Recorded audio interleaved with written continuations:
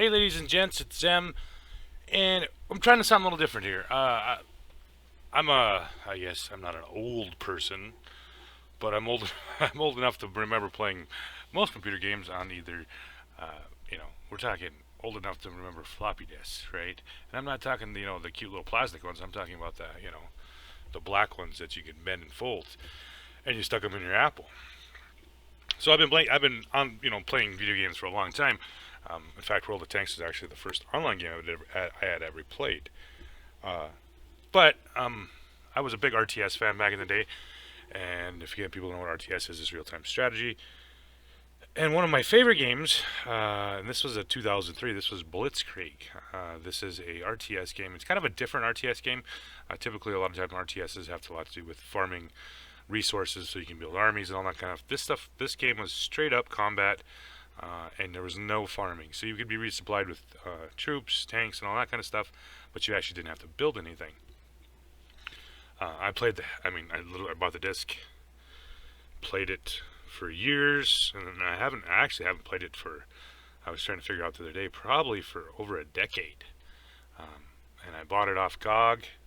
If you don't know what that is, it's a great place to go buy these old retro games because they already have the games ready for you to play on your new operating systems. And that was always the problem. As the operating systems changed, it was hard to get the games to work. Sometimes you'd have to spend hours and hours and hours trying to find patches to make these old games work.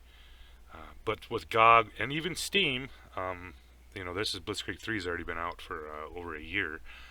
But yeah, you can get these old games on them, and they make them work on these they make these old games work on the new operating systems. So the problem with this is these old games are full window screened, are full of they have no window mode, so it's kind of hard to make it work sometimes. So you're gonna have to bear with me with the first part of this, trying to get this to work right. So what Blitzkrieg is about is you're going to play either Axis or Allies, depending on you have a certain number of campaigns that you play, and then eventually the German ones, always go all the way up to the defense of Germany, and of course Allies one goes all the way up to the eventual invasion of Germany. But there's several little missions along there, and there's actually quite a large number of units in this game. I believe well over 200. And I'll show you what I'm talking about here. This is the first part here where I'm choosing my core units. You get 6 core units. There's artillery units and there's tank units. Artillery can be anything from PaK 50mm light AT guns to light howitzers, 105mm heavy guns, and the flak 88s. This available upgrades will of course change as the game progresses and whatnot. Same way with tanks. You get armored cars, medium tanks, and of course the Stug 3. This will change as you can get by the end of the game. You're going to be playing the Moss or actually the last battle is the Moss. You get to use that, but there's Tiger 2s, Tiger 1s, all these great little different kinds of tanks. So as you progress through the game, you'll of course upgrade. There's a lot of history involved here. You can go through here. They'll give you descriptions. They'll give you the history of the battles and all that stuff. This is of course going to be in this battle right here. I'm fighting in Africa. Now I'm only doing this, I'm just testing this out, see if anybody's actually interested in me in doing these kind of games. I do have a lot of old retro games if anybody's interested in watching these old retro games, or if I'm just not gonna get anything out of this. So we start out, we got our initial of course 6 core units, 3 tanks, 3 armored units, and 3 field pieces, whether it be artillery or anti-aircraft guns. As you see here, we set up with an early base here, and the little pink arrows on the map down below, that's your objectives.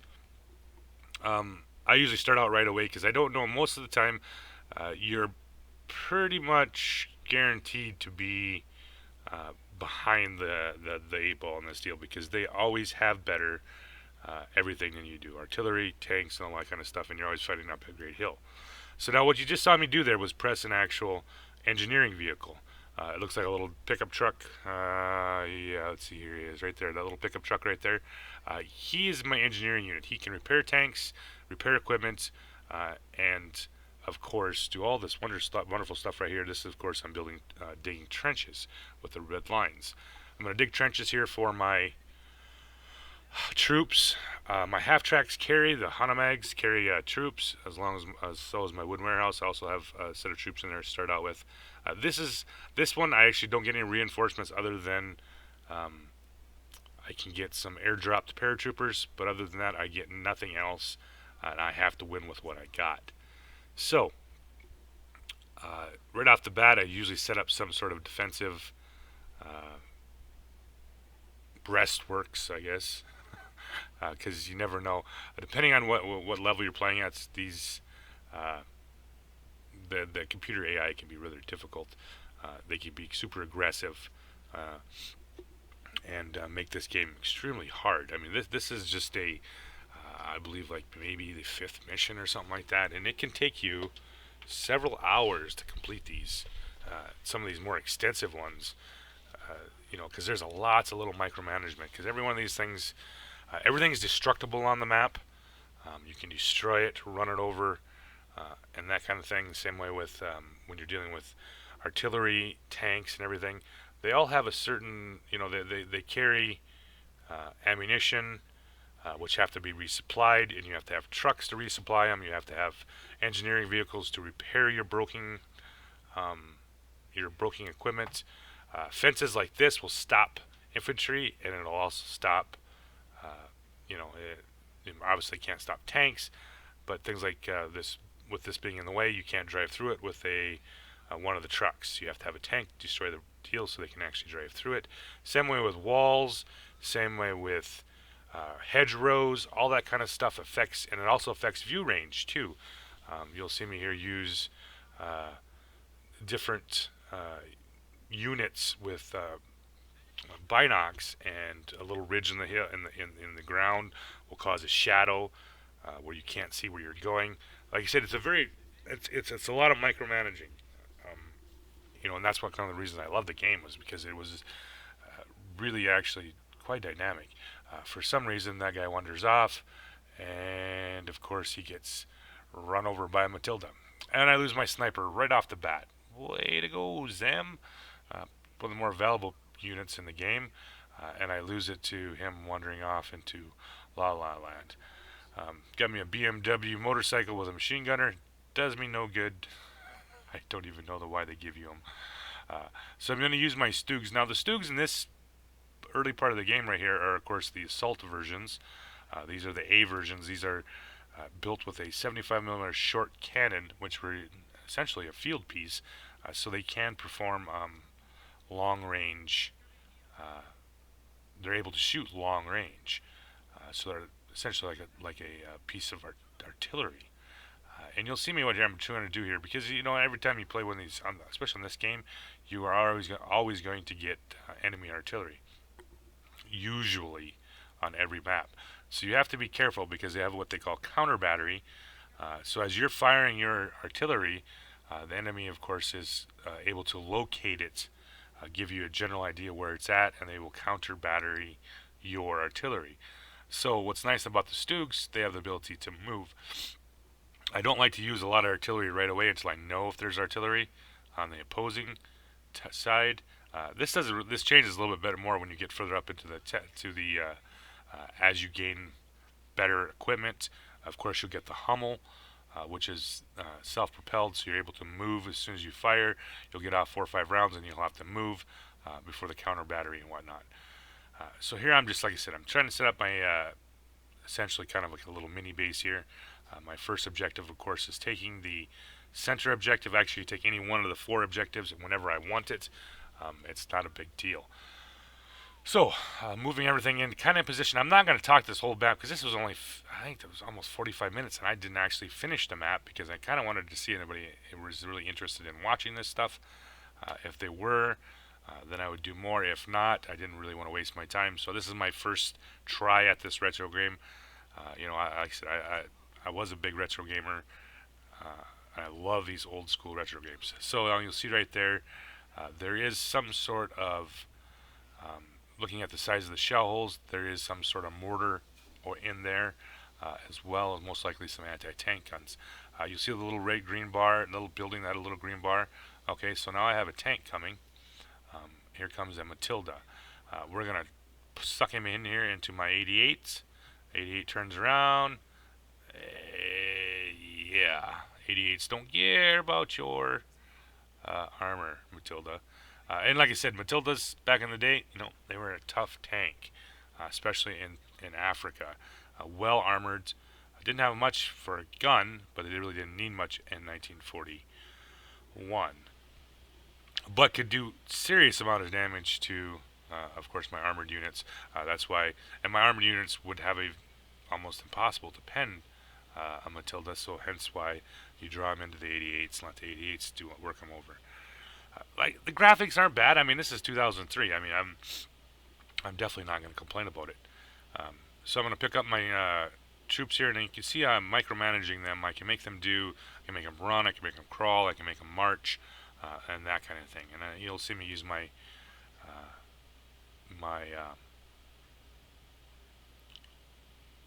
I'll use them as kind of like a meat grinder. I'm not going to waste core units, because if I lose a core unit, I lose the experience on that core unit and it starts over. I try to get as many chevrons. You'll see on my core units, well, there'll be little chevrons, and those are what denotes whether or not they're a core unit. See my artillery down here at the bottom has two little chevrons above it. Yeah, those are two of my core units, right? So you'll see the two little chevrons. Now, I haven't taken any counter battery to my Stugs. They've been firing right. Here's two of my IC, so of course those are my core units.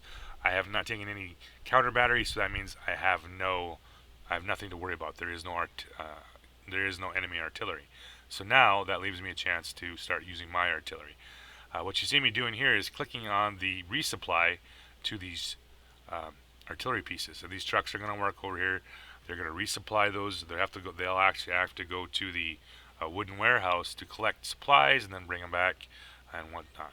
So my heavy hauler, and that's kind of what's neat about this. There's heavy haulers, medium haulers, and whatnot, and they can pick up, depending on what the unit is, whether or not they can move it. These little half-tracks, Hanomag half-tracks, cannot move the 88s, so you have to have a heavy hauler. Hence why you saw me pick it in the garage instead of having 3 artillery. I picked one that had the AA just in case of such a situation here where I have to move 88s around. You have to have the bigger truck. And these are all little tiny nuances of the game that you pick up. You'll see the little yellow thing above the one tank here with the 2 chevrons. That means he's almost out of ammunition, and I got to keep him continually supplied with ammunition. I moved a truck over there to start supplying him. Now these guys right here, I'm using my binocs to, of course, see as far as I can in here. Knocked out a truck there. Looking around here, so I'm trying to figure out what I'm going to do here. I'm going to move a little bit further in here and see if I can let my artillery keep working. And I pick up, a Matilda. So now I'm going to move my trucks. You'll see me change over to run and try to get these guys out of here. Now, as long as you can keep your infantry up, the better off you are, because you can resupply infantry units, and you can actually take depleted infantry units and put them together to make full ones. So Matilda comes out here. I'm going to draw him back into my 88s again. He's going to chase my infantry all the way in here. Pull my 88 back over. Yep, there you go, buddy. 88s don't care. Yeah. Now you'll see right there, he actually killed all my crew members in my 88. Luckily, at any point in such situation, I can take 2 of my soldiers and drop them into the 88. Which is kind of interesting. Like I said, in this game, you can actually, once you say the enemy unit, for example, has got an A gun or a anti-tank gun or whatever, and as long as you destroy the crew on it, you can capture the unit. So you'll see me do here in a little bit here when I pick up a 2-pounder anti-tank gun and drop some of my soldiers on it, and it becomes mine to use. And this is actually a good, obviously a very good strategy, because you don't know what you're going to get for. Okay, so I got a 40 millimeter Bofors. Now I blew up the whole thing, so I can't capture it. But if I would have just killed the crew, I would have been able to capture the 44 or the 40 millimeter Bofors, and I could have used it to my advantage. I had a little mixed max here. I do actually have a PZ3 with me. Um, he actually has a machine gun where the Stugs do not have turret-mounted uh, or hull-mounted machine guns, but he does. He works very well for taking out infantry units. The Stugs not so well because with that short 75, they're just firing a high explosive shell, and it doesn't work so hot. So, taking out the first resistance here, and I'm just moving up here a little bit here to see if I can find something else to shoot at. I have an idea that there's probably going to be something around the 10th, or usually that's the central located supply base. It's red right now. If I want to capture it, it'll turn green. We're just going to move up here with my troops, use my binocs. Oh, there we go. Found a building full of enemy troops. I'm going to try to extricate some of my infantry, and that gives me something to shoot at. Alright, so I'm going to pick up my artillery and start knocking down the buildings. So once you knock down the buildings, of course, oh, I got me some incoming tanks here. These are some Crusader Mark IV light cruiser tanks, and I do lose a core unit right off the bat. That's one nice thing about the 75s millimeters on the Stugs. They don't have to be that close. They can of course, deal with these tanks right off the bat. Yeah, one of those deals. So they've knocked out my infantry crew, and of course I'm trying to nail the cruiser tanks with my Stugs. So I'm going to move my Stugs up. There's not a whole lot they can do frontally to these two tanks, so we're just going to move in and try to nail them. Now 75 millimeters, of course, are light artillery pieces, so they're not very terribly accurate. So it usually takes a few shells to do it. All right. So now I know there's something over there. I pull in here. Oh, there's a Sten heavy machine gun. Knocked him out. There's a house full of enemy baddies. I'm gonna back out of this situation until, of course, the Crusader Mark IV shows back up again, and we are going to pummel him. And of course, you can see the little dinks and shells as they hit. They either penetrate or they bounce. So get a nice big one there. Got another Mark IV coming in. We're gonna finish him off with the. Now if you notice there, I'm taking damage. I'm gonna pull him back to my lines here. And I don't ever, like I said, you never want to get overextended, because in this game you never know what the computer is going to throw at you, and you could be, of course, attacked while you're out and about doing your business, and of course they can jump on you, and you might not have any armored units, and you're just going to have to deal with it. So right now my artillery's laying down fire on that building, hopefully to demolish it, and then eventually be able to kill all the units in it. So now all these buildings that have been destroyed right here, when I get done, my engineers can fix them all back up and make them whole again, and turn them back into somewhat of a fortified bunker where I can, of course, put my own troops into. There's a little window thing that you can use to load your infantry into buildings. So what I'm trying to do is, of course, here I'm kind of out here in the open. I would really like to take this center town to deal with the rest of it. So, with that said, I hope you guys just watch the game, and I'm trying to give you a basis of what's going on here. If you guys are interested in for me to keep doing these old retro games, let me know in the comments below, or if I'm just fucking wasting my time, I don't know, whatever. Just something a little bit different here, especially since this is kind of World War II related and all that kind of stuff. You guys can get a kind of a look at what's going on here. So, you guys have a good night, and thanks for watching.